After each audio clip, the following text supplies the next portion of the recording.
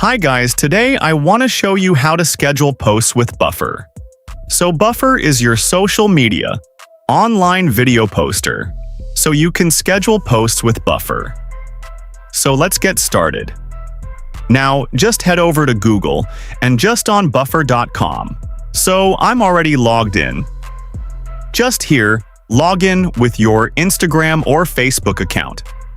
Your Instagram account must be business account, so you can schedule posts.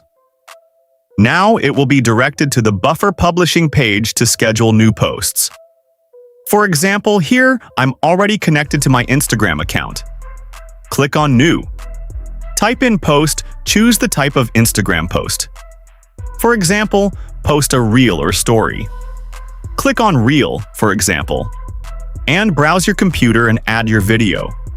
And here you can just add some hashtags, add the music, and you can also set the time, the date, and time for your post.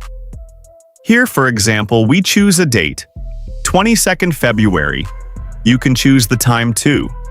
And when you're done, click on Done, and after your post successfully is loaded, click on Schedule Post.